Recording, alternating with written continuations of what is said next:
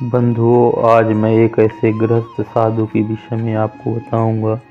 इनका जीवन सेवा व श्रद्धा का नायाब किस्सा है, जिनके बारे में स्वयं स्वामी विवेकानंद जी ने कहा था कि नाग महाशय ही ठाकुर रामकृष्ण परमहंस की असली संतान हैं। हम लोगों का तो जीवन तत्व की खोज में व्यर्थ ही गया। ऐसे साधु के पवित्र जीवन के बारे में थोड़ी चर्चा करते हैं। उस विराट परमात्मा के प्रेमी लोग अलौकिक होते हैं। पूर्वी बंगाल में देवभोग एक जगह है जहां दुर्गा चरण नाग, जिन्हें नाग महाशय कहा जाता है, पैदा हुए। पिता श्री दीनदयाल, माता त्रिपुर सुंदरी और 2 बहनें, यही उनका परिवार की जानकारी है। 8 वर्ष की उम्र में माँ का स्वर्गवास हो गया। फूफी ने पालन पोषण किया, इसलिए कहा करते थे, फूफी जी ये ही जन्म की मेरी माँ है। बचपन में नाग महाशय सुंदर, सुशील, मृदुभाषी थे। वे संध्या समय अकेले आकाश की ओर देखते और कभी फूफी से कहते, चलो माँ उस देश में चले, यहाँ रहने से अच्छा नहीं लगता। बच्चों के संग खेलते समय कोई लड़का अगर झूठ बोलता तो उसके साथ बातचीत करना बंद कर देते। इससे पता चलता है कि महान लोगों की जीवन की नींव ऐसे ही तैयार होती है। आर्थिक स्थिति कमज़ोर होने के कारण वे कलकत्ता में पढ़ने नहीं जा पाए। बहुत परिश्रम से 5 कोस दूर ढाका पैदल जाते थे और पढ़ाई करते थे। लौटते समय भूख लगती तो 1 पैसे का लावा खरीद कर खा लेते थे। एक बार मित्र खेल जीतने के लिए झूठ बोलने को कहा। मित्रों ने न मानने के कारण इनको बहुत मारा। खून से लथपथ होने पर भी घर के किसी सदस्य से कुछ नहीं कहा। महापुरुष की गृहस्थ जीवन की चर्चा ये करते हैं। उनका विवाह विक्रमपुर के जगन्नाथ दास की पुत्री प्रसन्न कुमारी के साथ हुआ। कलकत्ते में उनके पिताजी कार्य करते थे। उन्हीं के पास रहकर मेडिकल की पढ़ाई करने लगे। बाद में छोड़कर होम्योपैथी पढ़ना शुरू कर दिया।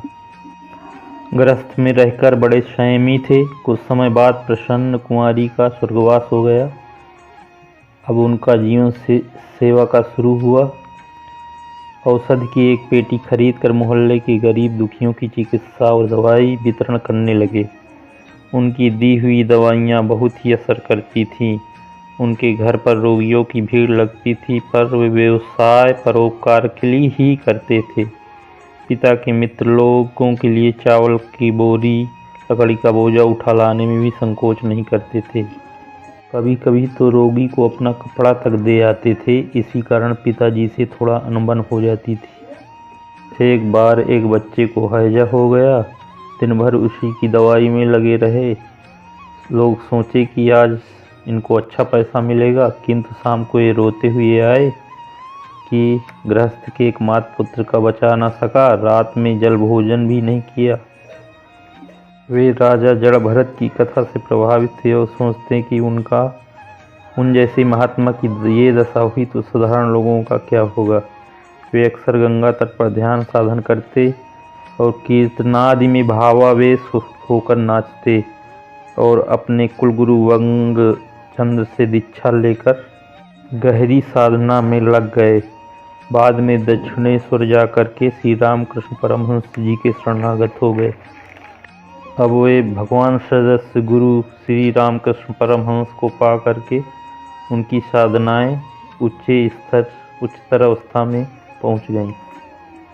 कृष्ण के बारे में वे कहते थे कि श्री ठाकुर के आगमन से एक प्रबल बाढ़ आ गई है जो सब कुछ बहा कर ले जाएगी। ऐसे समस्त भावों का किसी अवतार में एक साथ समन्वय नहीं हुआ। दया के तो मूर्तिमान स्वरूप ही थे। एक बार निर्धन का इलाज करने के लिए गए, वह भूमि पर पड़ा था, अतः घर से एक तख्त लाए, उस पर लिटाया, फिर चिकित्सा शुरू किया। और एक दिन एक मछुआरा मछली बेचने आया। मछलियाँ छटपटा रही थी। इसे देखकर सभी खरीद कर जल में छोड़ दिया। वह गुरु पर बहुत श्रद्धा करते थे। कहते थे कि रामकृष्ण जिससे जो काम कराना चाहते हैं उससे वह करा लेते हैं। मनुष्यों में कोई शक्ति नहीं। मनुष्य के मन को ठाकुर जैसे चाहे परिवर्तित कर सकते हैं। क्या है मनुष्य का काम? नाग महाशय विषय संबंधी बातें कभी नहीं करते थे। दूसरे लोगों को विषय संबंधी बातें करते देख वो कौशल से बंद करा देते थे। कहते थे, जय राम कृष्ण की, ऐसा क्यों कहते हो? ठाकुर का नाम लो, श्री माँ का नाम लो।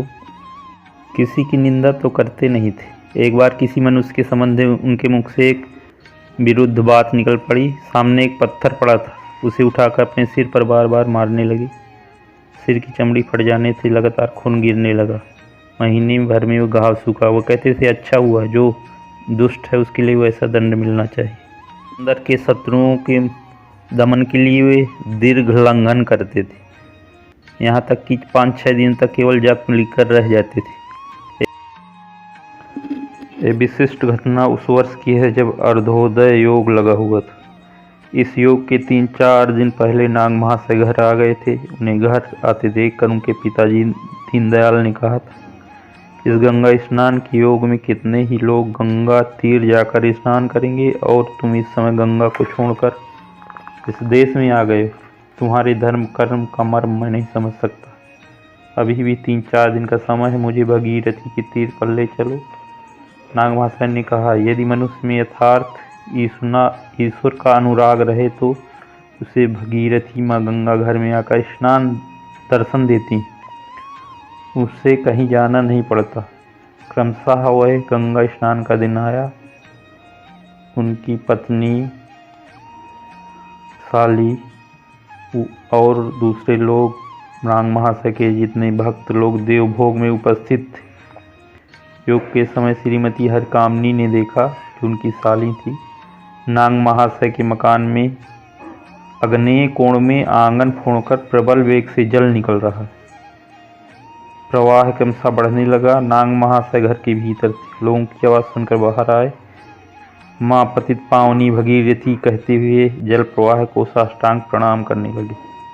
उसके बाद अंजल भर भर कर उन्होंने अपने सिर पर डाला, पुनः प्रणाम करके वहाँ से चले गए। उसके बाद उस जल में सब लोग नहाने लगे। समाचार सुनकर गांव के लोग उस जल में नहाने लगे। जय गंगे की ध्वनि से नाग महाशय का स्नान पूर्ण हो उठा। लगभग आधे घंटे के बाद उस जल का वेग घट गया और धीरे धीरे आंगन का जल उतर गया। देवभोग में अभी भी ऐसे लोग हैं जो उस घटना की बात बता सकते हैं। उनकी साली श्रीमती हरकामनी का बहुत दिनों का वो गुल्म रोग था, उस जल के स्पर्श से एकदम आराम हो गया। नाग महाशय ने कभी इस प्रसंग में उल्लेख नहीं किया। किसी के उस संबंध में पूछने पर वे कहते थे, हाँ, लोग कांच को कांचन कहते हैं। स्वामी विवेकानंद ने उस घटना की बात सुनकर कहा था, वैसे महापुरुष की इच्छा से कुछ भी असंभव नहीं। इन लोगों की अमोघ इच्छा शक्ति से ही जीवों का उद्धार हो सकता है। हर दृष्टि में वो परमात्मा की कृपा ही समझते थे। कलकत्ते में एक बार उनके हाथों में खूब दर्द हुआ था। हाथ हिला डुला नहीं सकते थे, केवल हाथ जोड़कर रहना पड़ता था, नहीं तो वेदना बढ़ती थी। वो कहते थे, हर समय हाथ जोड़े रहने की शिक्षा देने के लिए ठाकुर ने उन्हें वैसा रोक दिया था। जब वो शूल वेदना से बहुत कातर थे, उस समय भी कहते थे, जय प्रभु रामकृष्ण, तुम्हारी जय हो। इस हाड़ मांस के ढांचे से जब तुम्हारी सेवा नहीं हुई तो ऐसा रोग देकर मुझे सजा का विधान ही दिया है। शूल का दर्द देकर कृपा का अपना स्मरण करा रहे हो। ये शूल दर्द धन्य है जो रामकृष्ण देव का स्मरण करा देता है। तुम धन्य हो, तुम्हारी कृपा धन्य है। गुरु कृपा ही केवलम, तुम्हारी कृपा के बिना जीवों का और कोई उपाय नहीं। उपन्यासकार गिरीश बाबू कहते थे कि विवेकानंद जी और नाग महाशय को बांधने के लिए महामाया बड़ी विपत्ति में पड़ गई। नरेंद्र यानी स्वामी विवेकानंद को जितना बांधती उतने वो बड़े हो जाते, माया की रस्सी छोटी पड़ जाती। अंत में इतने बड़े हो गई, माया ने उनको छोड़ दिया। नाग महाशय को बांधने लगी, किंतु माया जितनी ही बांधती उतना ही नाग महाशय छोटे होते गए। क्रमशः इतने छोटे हो गए कि माया के छेदों से बाहर निकल। उनकी कृपा से अनेक मनुष्य सुधर गए, अनेक उच्छृंखल जीवन परिवर्तित हो गए, किंतु गुरु शिष्य भाव कभी उनके मन में आया ही नहीं। कोई उन्हें गुरु कहता तो धरती पर सिर ठोंकते और कहते, मैं शूद्र हूँ, मैं क्या जानूँ, मुझे आप लोग चरण धूल देकर पवित्र करने आए। ठाकुर की कृपा से मैंने आप लोगों का दर्शन पाया। नाग महाशय का एक ब्राह्मण भक्ति दीक्षा के लिए बहुत आग्रह करने लगे। उनसे उन्होंने कहा था, एक तो आप ब्राह्मण हैं और शिक्षित भी हैं, ऐसा संकल्प आपको छोड़ देना ही उचित है। समाज की मर्यादा और शास्त्र का अनुशासन न मानने के कारण ही लोगों को दुर्गति भोगनी पड़ती है। श्री ठाकुर की आज्ञा से मुझे जीवन में ठीक ठीक गृहस्थ धर्म का पालन करते जाना होगा। उसमें थोड़ा भी परिवर्तन करने की शक्ति मुझ में नहीं। उसके बाद उस भक्त का दुखित भाव देखकर उन्होंने आशीर्वाद दिया था, आप चिंता न करें, साक्षात सदाशिव जी आपके मंत्रदाता गुरु होंगे। कुछ दिनों के बाद नाग महाशय ने सुना कि उस भक्त ने स्वामी विवेकानंद जी से दीक्षा ग्रहण की। समाचार सुनकर नाग महाशय ने अत्यंत आनंदित होकर कहा था, आधुनिक काल में श्री ठाकुर के सन्यासी भक्त लोग ही संसार के एकमात्र दीक्षा गुरु। एक दिन एक गरीब रोगी के घर जाकर आपने देखा कि उसकी सेवा करने वाला कोई नहीं है, तो स्वयं 4 घंटे वहाँ ठहर कर दवा देते रहे और सेवा करते रहे। रात को फिर उसे देखने गए। जाड़े का मौसम, टूटी फूटी झोपड़ी और रोगी के बदन पर ओढ़ने को एक कपड़ा नहीं था। यह देखकर नाग महाशय का हृदय पिघल गया। उन्होंने अपनी भागलपुरी ऊनी चद्दर उड़ाकर रोगी को चले आए। सवेरे रोगी ने कृतज्ञता प्रकट की, तब बोले, आपको उस समय मुझसे अधिक ज़रूरत थी, इसलिए चद्दर आपको उड़ा दी, आप कोई विचार न करें। और आपको एक घटना बताते हैं। एक बार अपने पिता के मालिक पाल बाबू के घर किसी स्त्री को हैजा हो गया और नाग महाशय की चिकित्सा से वह आश्चर्यजनक रीति से शीघ्र ही रोग मुक्त हो गई। स्त्री के घर वालों पर इसका बड़ा प्रभाव पड़ा। वो प्रसन्न होकर एक चांदी के कटोरों में रुपए भरकर नाग महाशय को देने लगे। नाग महाशय तो पिता के मालिक समझकर इनके घर से फीस भी नहीं लिया करते थे। उन्होंने आज भी कुछ नहीं लिया। बाबुओं ने समझा कि पुरस्कार थोड़ा है, इसलिए नाग महाशय शायद नहीं लेते। उन्होंने 50 रुपये और रखकर नाग महाशय को देना चाहा। इन्होंने कहा कि दवा के दाम और मेरी फीस सब मिलाकर 20 रुपये से अधिक नहीं होते, मैं इतना कैसे ले सकता हूँ। बहुत हट करने पर 20 रुपये लेकर चल दिए। पुत्र की करतूतों से पिता दीनदयाल नाराज तो थे ही। इस घटना को सुनकर उन्हें बड़ा दुख हुआ। उन्होंने नाग महाशय को बुलाकर बहुत समझाया बुझाया। नाग महाशय ने कहा, पिताजी, आपने ही तो मुझे धर्म पर रहने का उपदेश दिया था, मैं जानबूझकर कैसे अधिक ले लेता। मैंने जो दवाइयाँ दी हैं उनमें दाम अधिक से अधिक 6 रुपये होंगे और 7 दिन की फीस के 14 रुपये हुए, इसलिए मैं 20 रुपये ले आया। अधिक लेने से तो अधर्म ही होता। भगवान सत्य स्वरूप हैं। मिथ्या व्यवहार से मनुष्य के लोक और परलोक दोनों ही नष्ट हो जाते हैं। एक और दिव्य घटना का वर्णन कर रहा हूँ। नाग महाशय अपने लिए दूसरों से काम करवाना नहीं सह सकते थे, इसलिए वे कभी नौकर नहीं रखते थे। अतः जब देश में रहते तब घर की मरम्मत होना भी बड़ा मुश्किल होता था। नाग महाशय जब बाहर जाते तब पीछे उनकी पत्नी घर की मरम्मत करवाती। एक बार नाग महाशय बहुत दिनों तक देश में रहे। घर की मरम्मत न होने से सब बेकाम हो गए। उनकी पत्नी ने घर छाने के लिए एक छाने वाला बुलाया। छाने वाले घर में आते ही नाग महाशय को उसकी सेवा की चिंता हो गई। उसे चिलम भर कर दी, हवा करने लगे। किसी तरह वो बेचारा इन सब से छूटकर ऊपर चढ़कर छाने लगा, लेकिन नाग महाशय बार बार नीचे उतर आने की प्रार्थना करते रहे। जब वह नहीं उतरा तो इनसे नहीं रहा गया और ये रोकर कहने लगे, हे भगवान, मेरे सुख के लिए दूसरे आदमी को इतना कष्ट हो रहा है और मैं खड़ा खड़ा देख रहा हूँ, मुझको धिक्कार है। इनकी ऐसी दशा देखकर बेचारा छाने वाला नीचे उतर आया। नाग महाशय ने प्रसन्न होकर उसके लिए चिलम भर दी और हवा करने लगे। थोड़ी देर बाद उसे दिन भर की मजदूरी देकर विदा किया।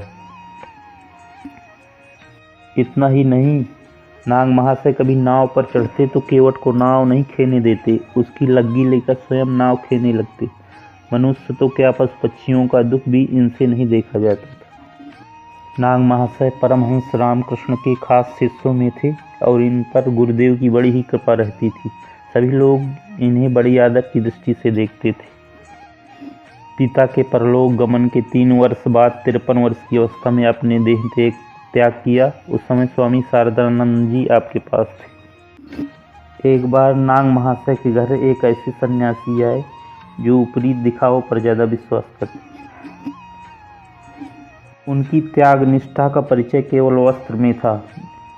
बेचारी गृहस्थों के ऊपर उनकी अश्रद्धा का भाव था। सभी की वे निंदा करते थे। ईश्वर का प्रेम जितना हो न हो, गांजा भांग आदि नशीली चीज़ों पर साधु की असाधारण आसक्ति थी। लंगोटी पहन के वे नाग महाशय की ओर जा रहे थे। उनके आकर साधु सिद्धि की बात करने लगे। नाग महाशय ने सुनकर कहा, ऐसा भाव तो बहुत ही हीन है, बल्कि वह शुद्ध भक्ति के लाभ का विरोधी है। साधु ने उस पर ध्यान न देकर कहा, मैं बिष्टा खाकर 7 दिन तक रह सकता हूँ। नाग महाशय ने कहा, इसमें बहादुरी क्या है, ये कुत्ते जीवन भर बिष्टा खाते हैं। सन्यासी ने कहा, मैं नंगा होकर रह सकता हूँ। नाग महाशय ने कहा, पशु पक्षी पागल भी तो नंगे होकर रह सकते हैं, इसमें बहादुरी की क्या बात है। सन्यासी ने कहा, मैं 50 वर्षों से वृक्षों के नीचे रह रहा हूँ। नाग महाशय ने कहा, अनेक पशु पक्षी तो वृक्षों पर और उनके नीचे रहते हैं, इसमें प्रशंसा की क्या बात है। सन्यासी इसी प्रकार अपनी सिद्धि की बातें अनेक कहता रहा, किंतु नाग महाशय ने के प्रिय भक्त नटवर ने उन्हें और कुछ कहने का अवसर नहीं दिया। फिर सन्यासी को भिक्षा देकर रवाना कर दिया। सिद्धि के बारे में नाग महाशय कहते थे, वह तो 5 मिनट का काम है, थोड़ी देर बैठने से ही कोई सिद्धि प्राप्त की जा सकती। भक्तों, आज इतना ही। चर्चा करेंगे आगे परमात्मा ने चाहा तो और भक्तों की चर्चा करेंगे। हमारे चैनल की सदस्यता नीचे है, ज़रूर लें। लाइक करें, कमेंट करें। जय श्री राम।